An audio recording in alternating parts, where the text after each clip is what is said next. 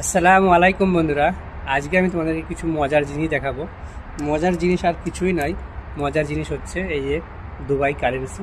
মানে দুবাইয়ে টোটাল 3টি কারেন্সি আছে। সেই কারেন্সিগুলোই তোমাদেরকে আজকে আমি দেখাবো, ঠিক আছে? তো প্রথমে আমি দেখাবো যেটা সবথেকে ছোটো, সেটা হচ্ছে এই যে 25 পয়সা। একদম যেটা ভালো বাংলা ভাষায় বললে যেটা আমরা বুঝতে পারবো, 25 পয়সা।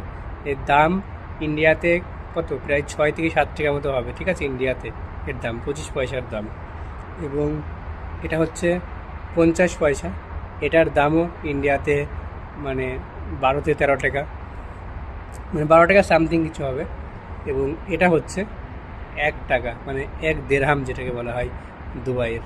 তো এটা হচ্ছে 1 দেড়হাম দুবাইয়ের। তো এই যে আমার কাছে 3টে কয়েন আছে, এই 3টে কয়েনই দুবাই আছে। এর থেকে কোনো বড় কয়েন নেই, না 2 টাকার কয়েন আছে, না 5 টাকার কয়েন আছে, না 10 টাকার কয়েন আছে। মানে 5 টাকা থেকে আরে নোট শুরু, সেগুলো একটা অন্য ভিডিওতে দেখাবো। তো এই 3টে কয়েন, তো এখানে আমি এটা বলতে চাচ্ছি যে এখানে 25 পয়সাও চলে।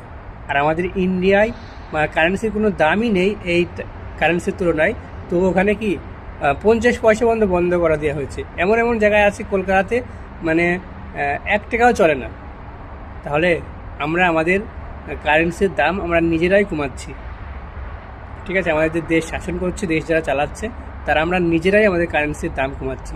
আর এটা যখন থেকে দেশ শুরু হয়েছে, ইউএই, দুবাই যেটা আমরা বলি, তো যখন থেকে শুরু হয়েছে তখন থেকে এই কারেন্সিগুলো আছে, তখন থেকেই চলছে।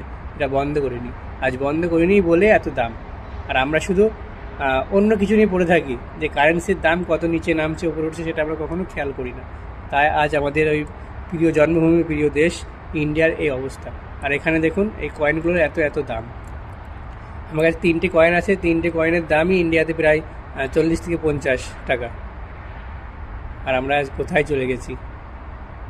তো যাই হোক, এটাই ছিল দুবাইয়ের কারেন্সি। কেমন লাগলো তোমাদের কাছে? কয়েনগুলো দেখে অবশ্যই কমেন্ট করে জানাবে, ঠিক আছে?